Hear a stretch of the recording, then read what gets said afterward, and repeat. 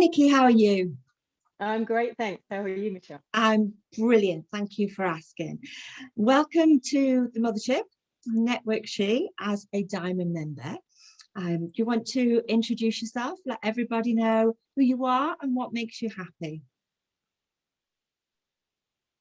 Hi everyone. My name is Nikkie Windsor, and I am the Jungle Goddess. Hey. So what makes me happy?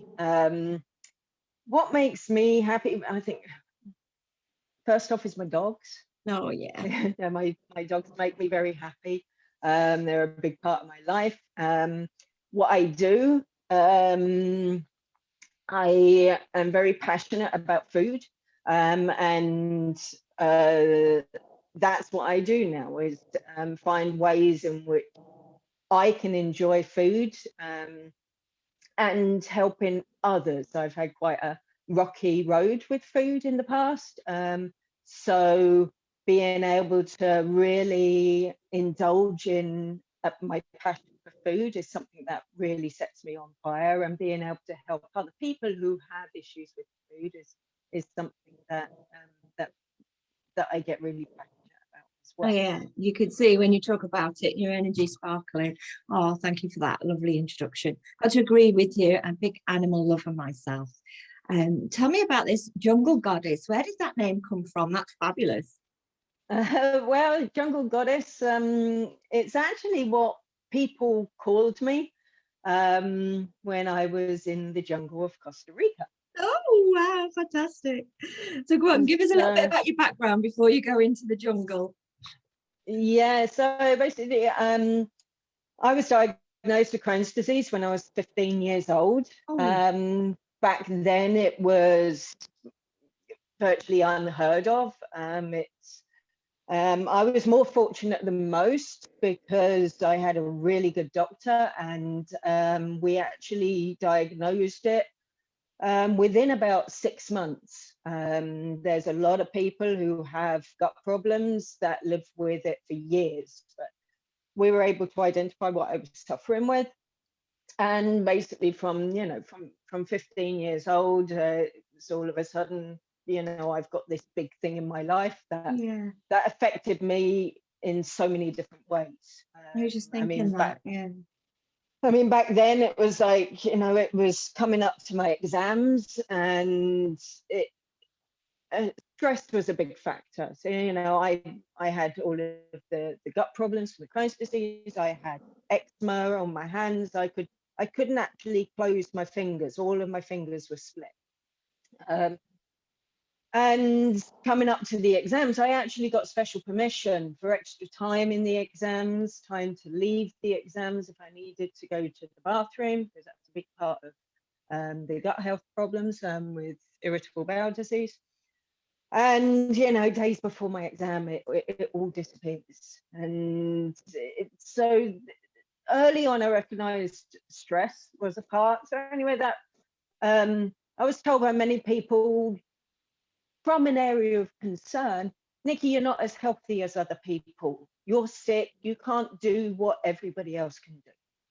And this is not going to affect me. Oh, well done. And I kind of began a fight relationship with my condition, because I'm like, no, you are not going to affect my life. And so I really, it was this huge thing to deal with. So much anxiety. It's only in recent years I've recognized the anxiety that it brought.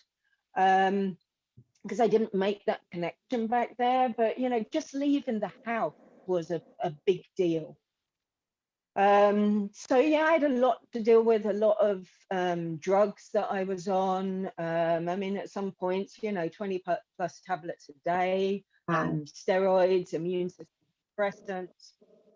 So I was in some form of flare up for probably about 10 years, and then I went into remission, like full remission, as in no symptoms. And I found my passion for food. I also, through that, ballooned in weight. Oh gosh. because really food was my nemesis, and getting to a point where I could actually enjoy food was like this place that I hadn't been in since I was a kid. Yeah. So I enjoyed that for about going on 5 years, but my weight went up, and that introduced a whole new set of problems. Okay. You know, a lot of self-esteem issues and stuff. So, and trouble getting the weight off. And really, what got the weight off was me getting sick again. So I got sick again, and that accumulated to me having major surgery in 2007 to take out part of my life, part of my small intestine. I came out of that, went back to work. I was in a very high stress job. I led teams of computer programmers building analytical data warehouses for the largest banks in the UK. Well, I wasn't expecting you to say that. So it was a high stress job, and I was actually at the point where I was ready for my next level. And it was the first time in my life where I'm like, I don't think I can do this, because I was so sick. So I actually got to the point they wouldn't do more surgery on me. I was diagnosed with IBS as well as IBD, so irritable bowel syndrome as well as irritable bowel disease. And there was a point in February 2008, I was signed off work. I could barely leave my house. I was so sick, and I just looked around, and I always thought I had too much to give up to follow my passion for travel. And at that point, I said, everything I've got is material. I had my beautiful converted barn, big 4-bedroom barn, lots of nice things. And it was at that point, I have no social life. I have things, and I can't even leave my house. So what did I do? At that point in time, I bought a ticket to travel the world. Oh, fantastic. I How had no inspirational. idea how I was going to do it, because I could barely leave the house. Gosh, But I bought that ticket. well done. That's an amazing story. And I can't help but keep casting my mind back to at the beginning when you're telling us about being 15 in such a critical age, not just for the exams. I take on board what you're saying about the exams and the importance of that. But as a young girl of 15, it's that age where you're a little bit self-conscious because you're a little bit different. As you say, it's not really heard of back then, and having to, there she is going to the toilet again. You know, I should imagine that was difficult for you. Yeah. Yeah, so personal, going to the doctors, and everyone wants to look in places that are really personal to you. Yeah. Yeah. And you know that it is self-conscious, you know, needing to go to the bathroom. I mean, I'm talking going to the bathroom at my worst over 20 times a day. Wow. Wow. So yeah, it's a terrible thing for any age, but especially at that age when you're so impressionable. Yeah, but you've got that drive, that ambition, that little bit of feisty grit there that says this is not going to get the better of me. And Yeah. you could have just sort of accepted that, rolled over and given up, oh, I can't do this because I've got this, and wore it as a label. But you know, look at the job you ended up doing, and you know, it just rolled off the tongue. You know, oh yeah, I was doing this at the time. It was a major achievement. And I was traveling, you know, I mean, I earned good money, so I was able to indulge in travel, but it as holidays. Yeah. So, you know, but everywhere I went, I wanted to go to the most extreme place. So it was going where travelers don't normally go. I went into the Omo Valley in Ethiopia, you know, Wow. where people haven't even seen white skin, you know, and they're coming up to me and they're touching it, and what is this, you know, going up into Lapland and doing an ice holiday, building igloos and sleeping in them and dog sledding and stuff, you know. It is just, I love the adventure. So yeah, and I had to cross a lot of barriers to be able to do those things, because it was pushing myself out of my comfort zone. And it's like, and that, I think part of that is Crohn's disease has made me do that. Yeah. You know, it's part of me, and it's made me that person who it's probably always been there, but made me more determined to do what everyone else told me that I couldn't. And what did your mum think about that? You'd imagine you're poorly and you say, I'm going around the world. I bet she was horrified. Actually, my mum was the first person who I rang, and fully supportive. My mum has been fully supportive of me throughout everything that I've done. She's the only person of my friends and family who came and visited me in Costa Rica. Wow. And yeah, fully supporting. I had 2 cats at the time, and she was like, I'll look after your cats. Obviously, at the time, I was planning to travel for a year. Mm-hmm. It kind of turned into a lot longer than that. I missed that last bit. Sorry, it turned into a lot longer than 1 a year. lot longer. Well, we'll go into that then. Okay, fabulous, absolutely amazing introduction. I'm really excited about what's going to unfold in the next 20 minutes or so. So I'm loving this desire for travel and adventure. So when you first started that journey, if you like, how did that get you to Costa Rica? Well, I had this passion, so I mean, it was all for adventure type travel. So I usually did 2 or 3 holidays a year. And I always wanted to travel through the Americas, especially to South America. And so I even started learning Spanish to try and achieve that goal, because I really wanted to experience the culture, because that's one of the things that I'm passionate about, is experiencing culture.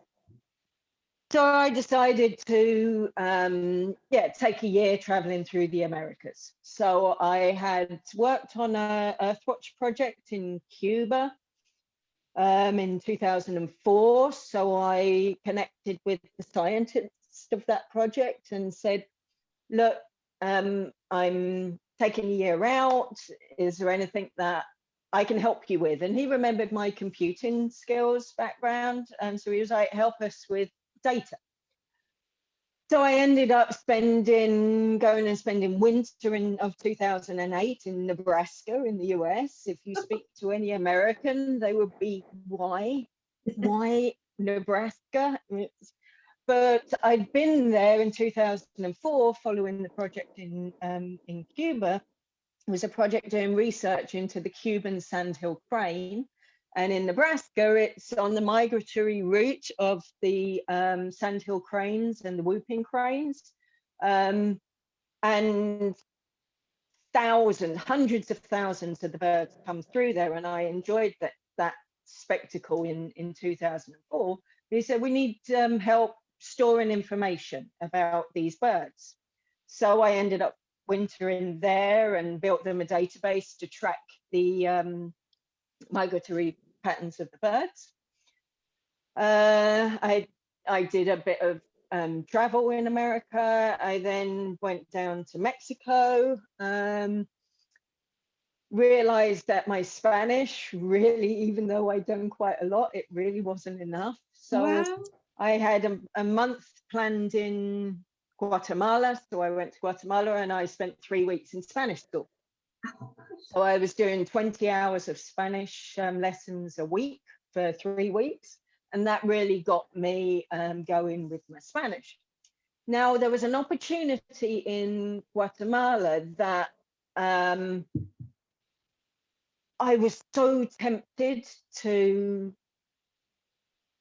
just hang around for, but I was booked in to volunteer at a slaughter sanctuary in Costa Rica. And I'm like, I've got to go to Costa Rica, but there's this opportunity here. No, but I've got that thing in Costa Rica. And I went to Costa Rica. Now, although working with the sloths was amazing, the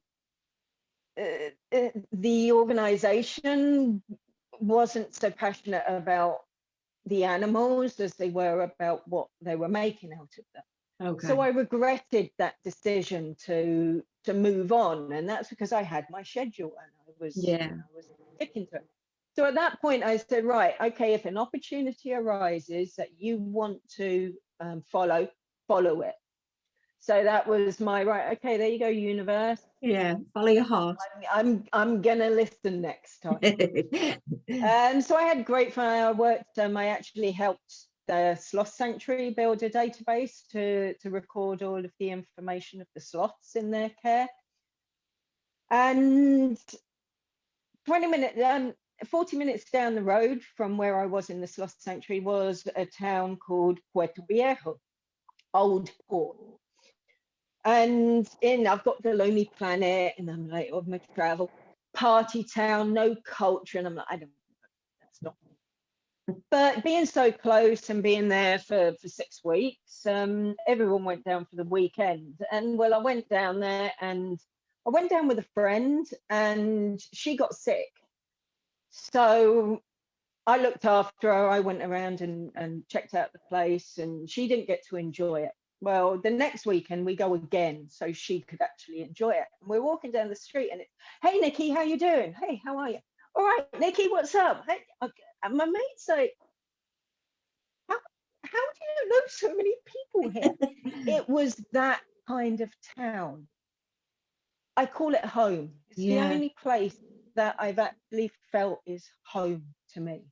So I'm like, I want to experience this place more.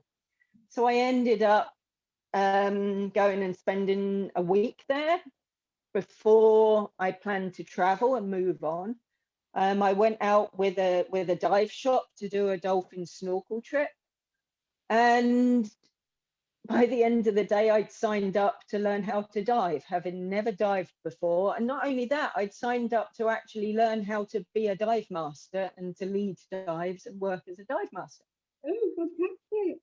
So that started, so I decided to follow that dream.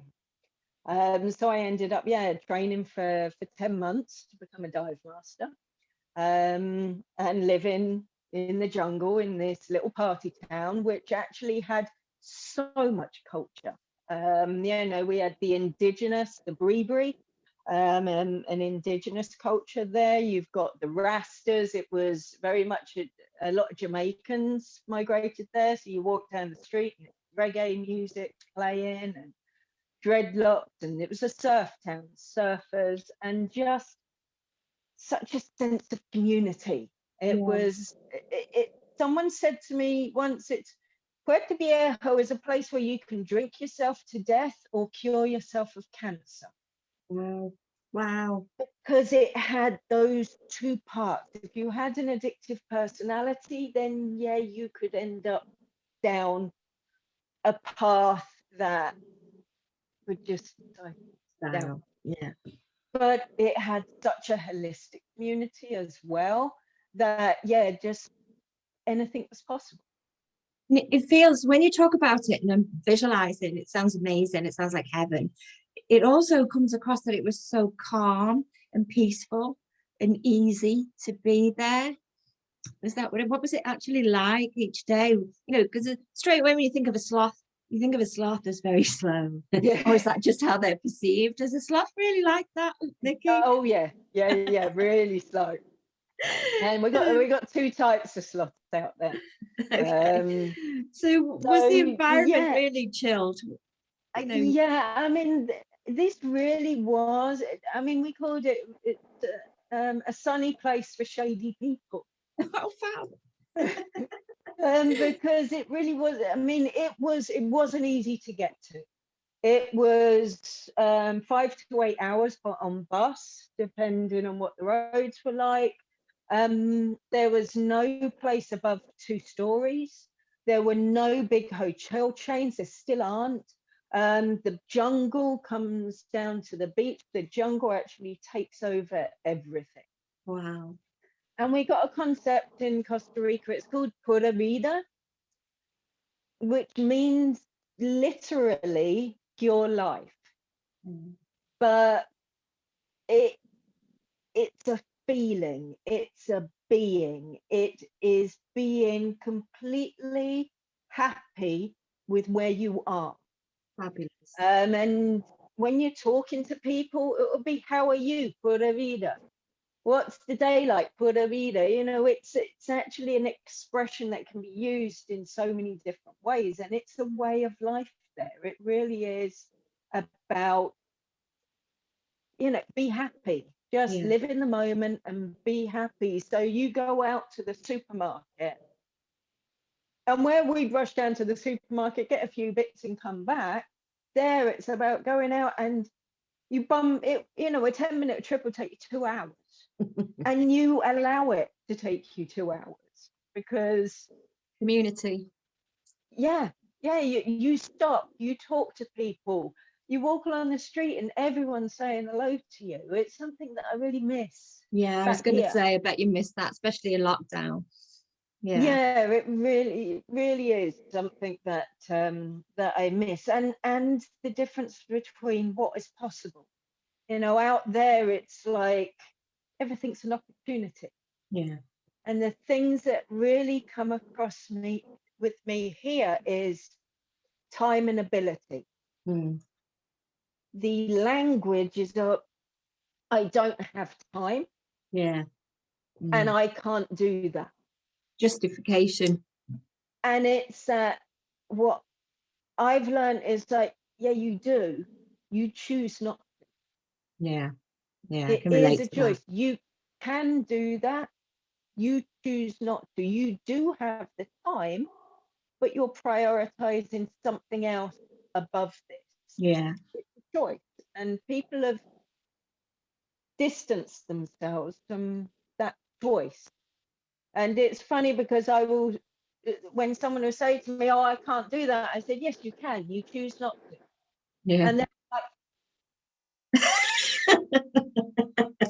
Because it's true, but it's how we're conditioned, isn't it? it It's all of is. a sudden it's that expectation of us to comply, and then with fear of being judged, and then we have to feel like guilty, and you have to justify why you're doing something for you because it feels selfish. It's just completely wrong, isn't it, on every level? I agree. And Yeah. I think that's one of the big things that Costa Rica taught me because um, it helped me break down those belief patterns that had grown that I'd adopted here. And that was where I really got into, I enjoyed, my 7 weeks in Costa Rica ended up being 11 months. I took a flight down to Colombia where I traveled around Colombia for 6 weeks. I went up to the States to be with a guy who I'd met diving. That didn't work out. I'm like, where do I go? I'm going back home, Costa Rica. So I Yeah. went back there and I enjoyed life a bit more. You know, it is a bit of a party and it was great fun. But I reached the point where I'm like, right, okay, it was actually at the end of a relationship. You know, these big changes that happen, and I'm like, I need more. And that was where I really started working on my belief patterns and my Yeah. thought patterns, and that was where I found I really moved to my spiritual path. Yeah. I And was I was waiting for that. I could feel that coming. Yeah. Your spiritual yeah, path, indeed. and yeah, really, this relationship I got to the end of, and it's like, why do I keep making these decisions, being in these places where they're not giving me what I want? And I wasn't in a good place, and I let the listen to the universe again. And I met with some great people, and I started doing some training. I did my Reiki level 1. And got into energy healing. I did cranial sacral massage. I did Thai massage. Um, so really awakening that energy within me, Yeah. and really starting to think more about how I treat myself. And so with that, I really started shifting away from that really party type lifestyle that was there. And I really had a foot in both camps. I would enjoy myself a lot, but I was following a more holistic path. And it was really after I got a job with an American company out there, where I worked in an office on the beach. It was great, but it was more of an office job. But long story short, that company got into difficult times, and I'm a very capable person, I a can very see that. organized person, and I can very much turn my mind to anything, and that was recognized. But all of a sudden I was given all of the responsibilities in that job. Wow. So it was I was training the accountants, I was training the products people, I was looking after everything, and it got too much. Yeah. And I can remember I was on the beach on the phone to my mum in tears saying, I can't do this anymore. Oh, And it was, it was a decent paying job out in paradise. It's not all paradise, it was, no. living there and earning money was never easy. So, I had this great thing which was earning me money, but it got me back to that point of thinking, hold on, what am I doing this for? Yeah. I'm back into this stress that I Stress. had in my job in the UK. So I'm like, actually, I got to the point where I'm like, no, I have to walk away from this. Well done. That's fantastic. So, Yeah. so How was yeah, your I health, will. Nikki? I'm sorry to interrupt. It's just when you're talking about this fabulous story, it's like, did you have continue with the Crohn's, or was it starting to Yeah, get better? no, I mean, um, I was battling with it a lot there, but I was, I didn't have the doctors out there, so I could put myself onto drugs because you could get them very easily from the pharmacy. Um, so I would put myself on steroids when I got really bad, but I don't like taking the medication. And I just kept getting myself into stressful situations, relationships, this job. So this, it would flare up my symptoms. So that was really when I got into the diet side of things. Yeah. So, Tell us about that. I moved away from, it was at that point when I came out of that job, I decided, right, okay, no, I need to come away from this. So I went back to what I was doing, which was I was a poker dealer. And that enabled me, I ran poker games at the local bar, but it gave me my time back to indulge in making fermented foods. Hey, tell So us I about that. started focusing on what I needed to improve my health. So having gut issues, I heard about how fermented foods are really good for gut issues. So I started fermenting. Um, and re-engaging with this spiritual path, I'd kind of moved away from it a bit, starting to come back. I started studying medicinal plants. I ended up going up to a conference in the capital of San Jose, in Costa Rica, called Medicines from the Edge. And I went with a number of people from the town that I lived in, and we're on the bus and we're talking about what everyone's doing. And I talk about my fermenting, and everyone's like, that's so interesting. Yeah. We need that here. We need gut health. We need help. Why don't you sell it? But they planted the seed. And within 3 months, I had a little stall at the market where I started selling fermented food. Wow. Well done. And so, yeah, I mean, fermented foods are basically foods which are rich in probiotics. So it's all about balance within your gut. So feeding the good bacteria and trying to balance out the bad bacteria. So I was making sauerkraut, and I've got actually some of them here. So I still make fermented foods. So I've got sauerkraut, milk kefir, yogurt, hot sauces, water kefir. So yeah, I started selling all of that in Costa Rica, and I actually ran my fermented food and drink company for 6 years out there. Wow. And Way. Fantastic. the And it was great because there was a real appetite for it. People, especially out there, because of being so holistically minded, so nutritionally minded, there was a big market for it. And following my own journey of what I could do to help the symptoms of Crohn's disease, I played around with a lot with diet, and there was a lot of things that I used that really worked for me. So I followed for a time. I predominantly follow a grain-free diet, and but trying to get like snacks and things is very difficult. So out there, I started. I mean, here in the supermarket, you've got a whole free-from range.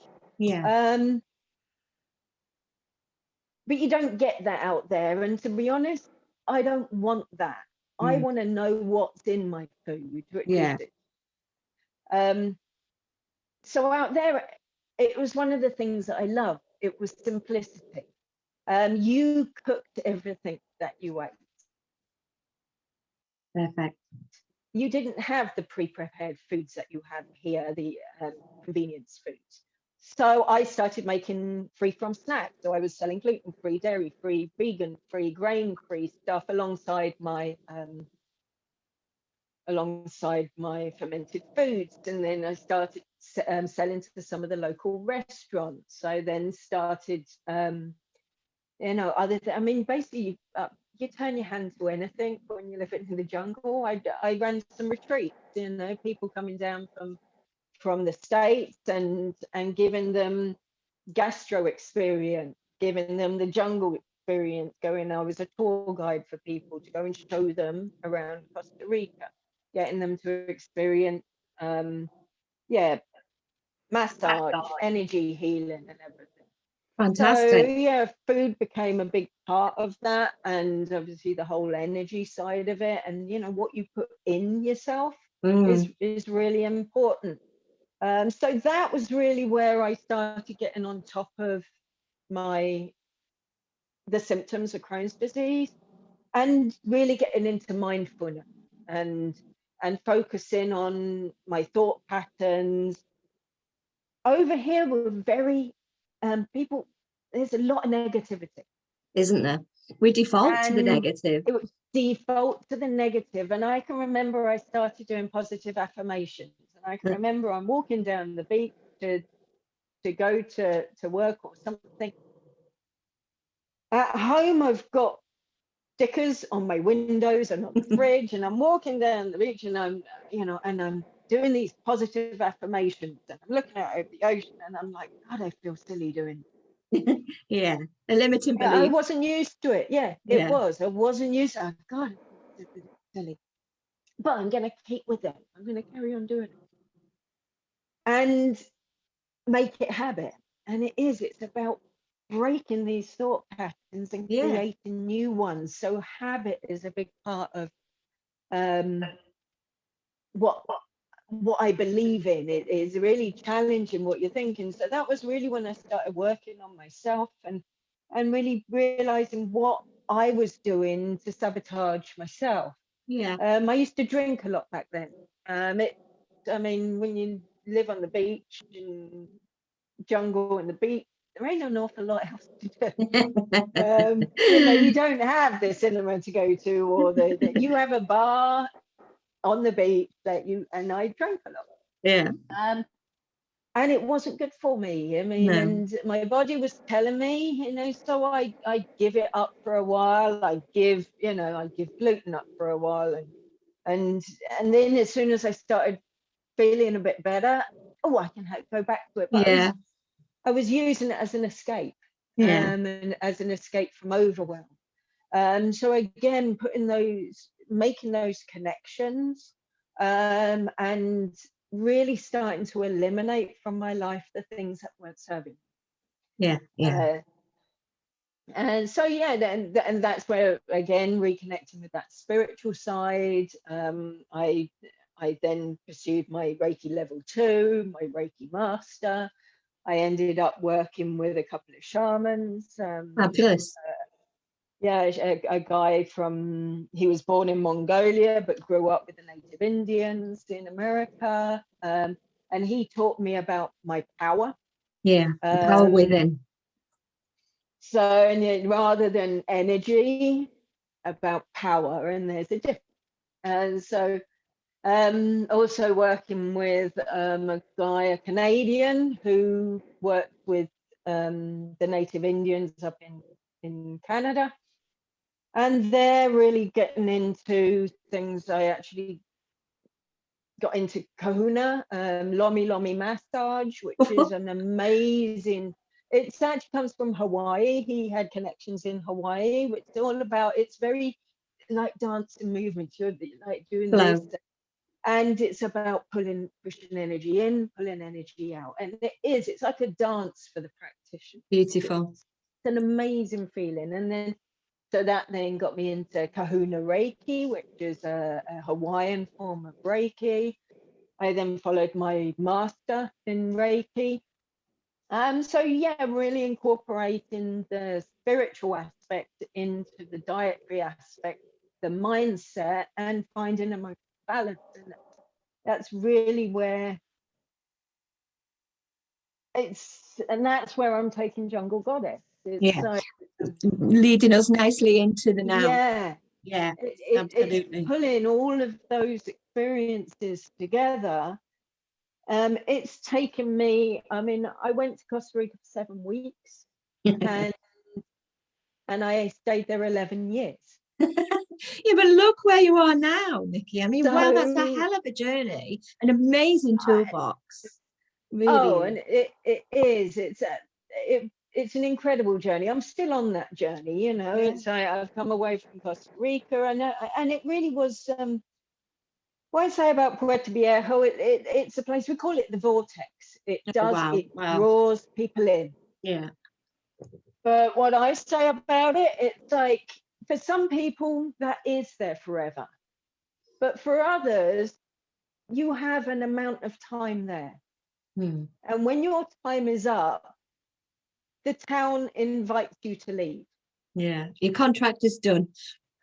Then you don't leave, it gives you a little nudge to leave.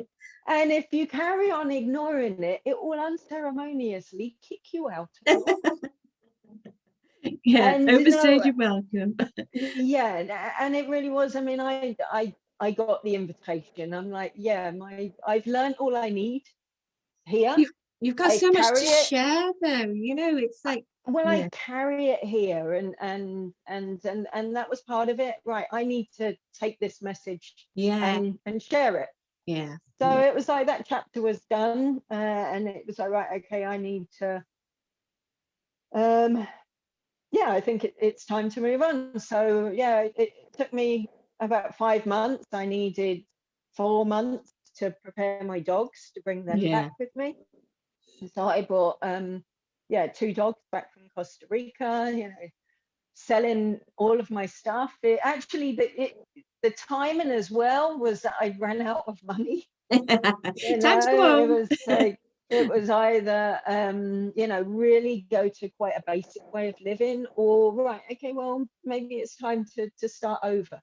So coming back and starting over, but thinking, right, where do I take it? So I landed in December 2019, so just over a year ago. And it's like, well, I kind of knew that I didn't really want to do the fermented foods as a production line.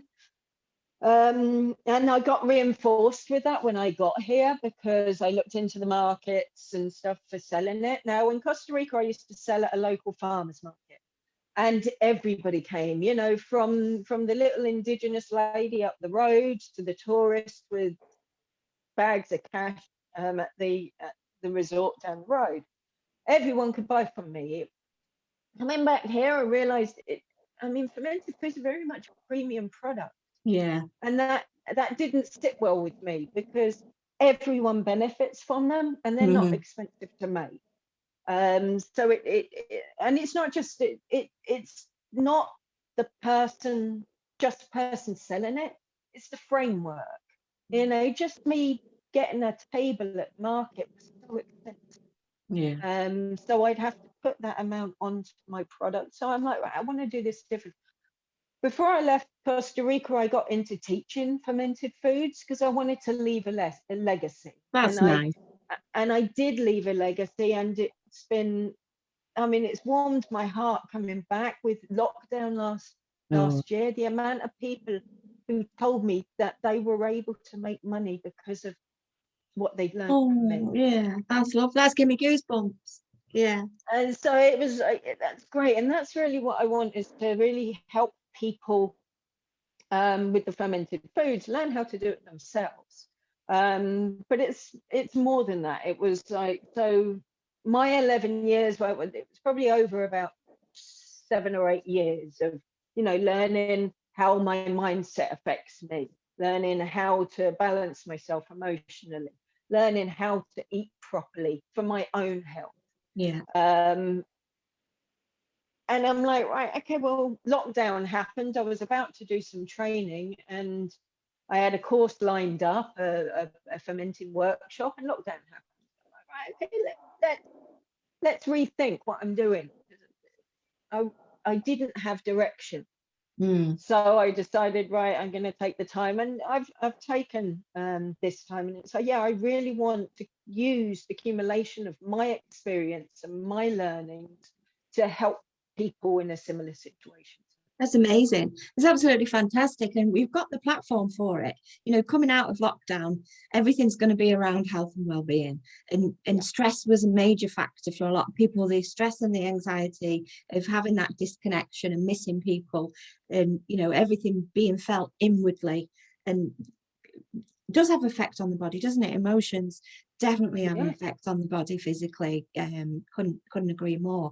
So I think going forward, you've got an amazing platform with all those skills, with all that knowledge, with all that passion, with that amazing stuff. I can see a book in there as well, Nikki.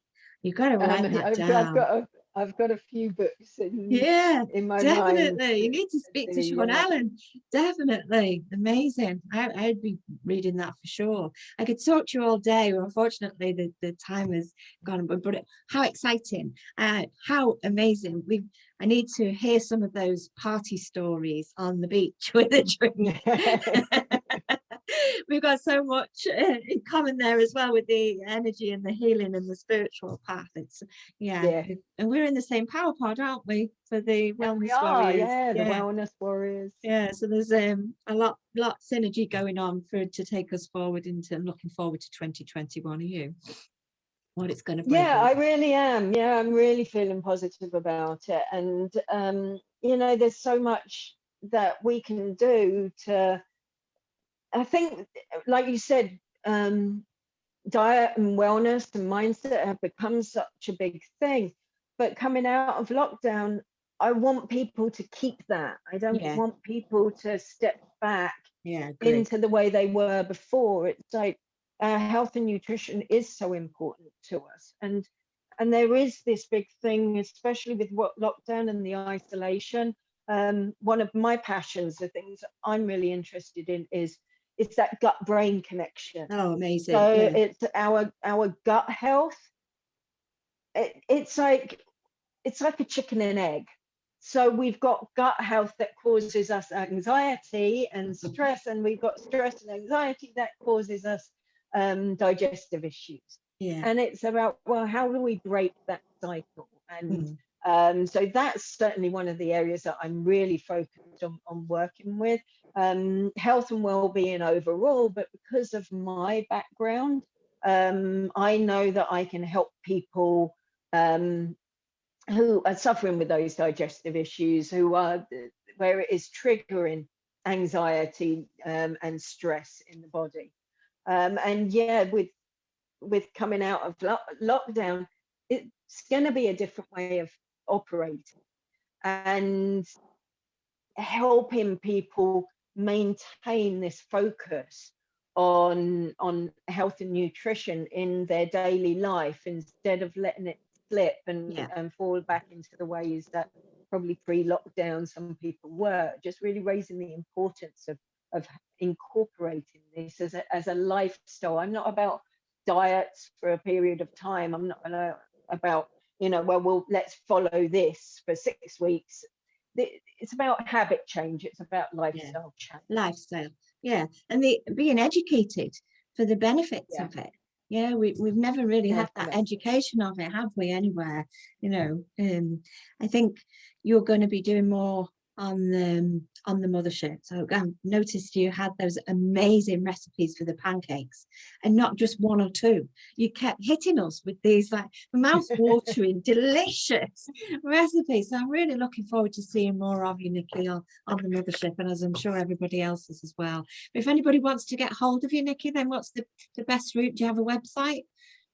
So I've got a website, thejunglegoddess.com. I'm on Facebook, The Jungle Goddess. I'm on Instagram, it's The Jungle Goddess UK. So big Jungle Goddess theme there. I love it. The Jungle Goddess. So you can feel to reach out to me, and you know, I'm going to be doing a weekly spot on the mothership about culinary wellness. So brilliant. I'm enjoying the Gastro Goddess. Fantastic. Wonder where that came from. I wonder. Just to share, you know, hints and tips on culinary wellness. And this is, for me, it's my passion. Is I am passionate about food, and even if you have to live on a restricted diet, it doesn't mean that it can't be enjoyable. No. I mean, that's where I come, where food was my nemesis. It doesn't have to be. It's turning it around and finding a way of eating that really suits you and that you can get passionate about. And that's what I want to help you. Excellent. Well, I wish you all the luck in the world. I can see it being a major success, though. There's so much passion and enthusiasm there. Lots to share as well. Looking forward to it, Nikki. Thank you so much for joining us on the mothership today, and I look forward to seeing you in our next Power Pod, and hopefully in person. We want to meet in person as well soon. Oh, definitely. Thanks, Thank you, Michelle. Bye.